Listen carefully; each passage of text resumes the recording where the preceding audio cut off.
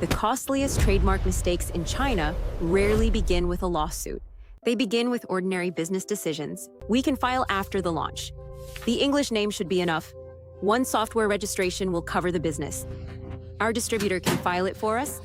We already have the certificate. The work is finished. Each decision sounds efficient.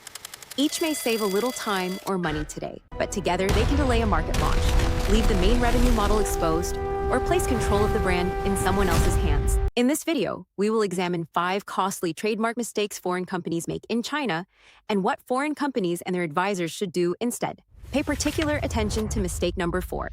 It can leave a company investing in a brand it does not legally control. In the previous video, we showed how an international trademark portfolio can still contain a China-sized gap. Now we need to examine how those gaps are created. Let us return to Northstar, our fictional software company. Northstar has a strong international brand and plans to enter China. But during its market entry preparation, it makes 5 apparently reasonable shortcuts. By the end, Northstar may still have trademark certificates. What it may not have is effective control of the business behind them. Northstar's management says, "We are still testing the market. We will file when the China launch is confirmed." That sounds cautious. But trademark exposure may begin long before the first sale.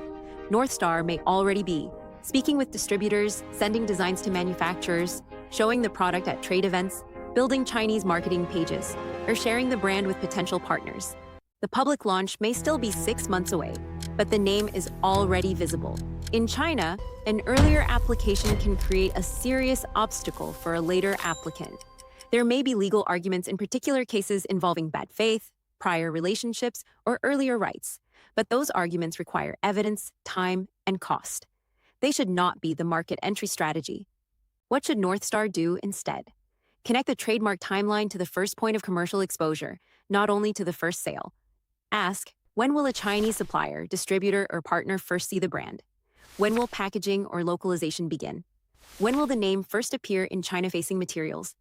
The filing clock should follow exposure, not revenue. Do not wait until the launch is complete. File before the brand becomes exposed. Northstar registers its English word mark and assumes the naming issue has been solved. But the Chinese market may not always use the English name.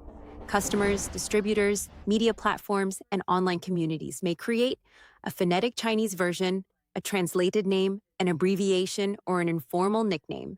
One of those names may gradually become the name customers actually search for and remember. If Northstar does not select its Chinese name, the market may select one first. Different distributors may use different versions. Customers may recognize a name Northstar does not control.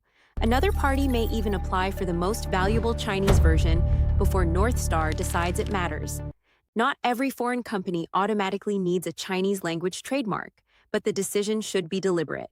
What should Northstar do instead? Evaluate how the brand will be pronounced, translated, and searched for in China. Select a commercially suitable Chinese name. Search it before investing in packaging or promotion. Protect it where the business risk justifies protection. If you let the market choose the name, someone else may choose to own it. Northstar describes itself as a software company. Its team registers the mark for downloadable software and concludes, "Our technology business is protected." But Northstar does more than sell downloadable software. Its customers pay for a SaaS subscription, online platform access, technical support, implementation services, data tools, and consulting. A registration for one part of the business does not automatically protect every other product or service the company later provides. This creates a misleading situation. Northstar has a valid certificate. Management sees the word software. But the SaaS subscription, the company's main source of revenue, may remain outside the approved protection scope. The business appears protected on paper. The most valuable activity may still be exposed. What should Northstar do instead? Do not start with, which class do software companies usually choose? Start with, what do we sell? How do customers access it? How do we earn revenue? What services support the product? Where will the business expand next? Then convert those commercial activities into a China-specific protection strategy. Do not protect the industry label, protect the revenue model. Northstar appoints a Chinese distributor. The distributor says, "We understand the local process. We can file the trademark for you." Northstar agrees, but the application is filed in the distributor's own name. At first, nothing appears wrong. The relationship is positive. The distributor is actively developing the market. 2 years later, Northstar decides to appoint a different partner. Only then does the company discover that the Chinese trademark is not owned by Northstar. It is owned by the former distributor. That can affect negotiations with a replacement partner, marketplace complaints, licensing, enforcement, customs protection, investment due diligence, and the company's ability to control how the brand is used. Legal remedies may exist where an agency relationship, bad faith, or other prior rights can be proven. But proving the relationship is more expensive than structuring ownership correctly at the beginning. What should Northstar do instead? Before filing confirm, which legal entity should control the brand long-term? Is it the operating company, the parent company, or a dedicated IP holding company? Does the applicant's exact legal name match the corporate records? Would the same entity still own the mark if the distributor, employee, supplier, or manufacturer changed? The applicant field is not a minor piece of paperwork. It determines who legally controls the asset. A trusted commercial partner is not the same as a trademark owner.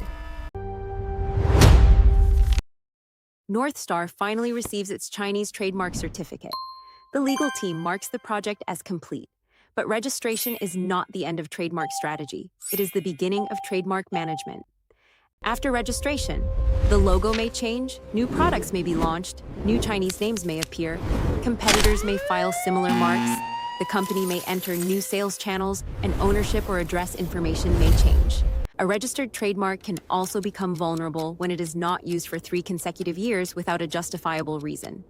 The certificate may still look valid in the portfolio while its commercial value is becoming weaker. What should Northstar do instead? Build a post-registration system around 3 actions. Use the mark consistently and preserve appropriate evidence such as contracts, invoices, packaging, product pages, advertising, and licensed use records. Monitor. Watch for similar applications, marketplace misuse, distributor filings, domain activity, and new Chinese language variations. Maintain. Track renewals, ownership details, address changes, licensing arrangements, and new filing needs as the business expands. Registration creates the asset. Ongoing management preserves its value. The certificate is not the finish line. Northstar's 5 mistakes did not occur independently. They formed a chain. It filed after the brand became visible. The market began using a Chinese name Northstar had not protected. The registration covered downloadable software, but not the main SaaS business. A distributor controlled one of the key marks. And after registration, no one monitored or maintained the portfolio. None of these decisions looked catastrophic when they were made. That is what makes them dangerous. The cost appears later, but the decision creating that cost may have been made months or years earlier. Before entering China, or before advising a client that plans to enter China, ask 5 questions. Timing. Has the brand been searched and filed before it becomes commercially exposed? Naming. Have we decided which English and Chinese names the market will actually use? Scope. Does the protection cover the products, services, and revenue model that matter most? Ownership. Is every key mark owned by the entity intended to control the brand long-term? Management. Is there a system to use, monitor, and maintain the rights after registration? If one answer is unclear, the trademark strategy may not be complete. A certificate answers only one question. Was something registered? A strong trademark strategy answers a more important question. Does the company control the brand it is building? The filing fee is rarely the most expensive part of a China trademark strategy. The expensive part is correcting a mistake after. The market has launched, the Chinese name has become valuable, the wrong party controls the registration, or the company has invested in a revenue model the trademark does not protect. Good strategy is not about filing the largest possible number of applications. It is about making the right decisions before changing them becomes much more expensive. File before exposure. Protect the names the market will use. Cover the revenue model. Control the ownership. Manage the rights after registration. In the next video, we will examine a well-known trademark dispute involving Tesla and China, and what it teaches foreign companies about filing early, negotiating under pressure, and entering a market without full control of the brand. Subscribe for practical China trademark guidance for foreign companies and for the international lawyers and trademark professionals who advise them.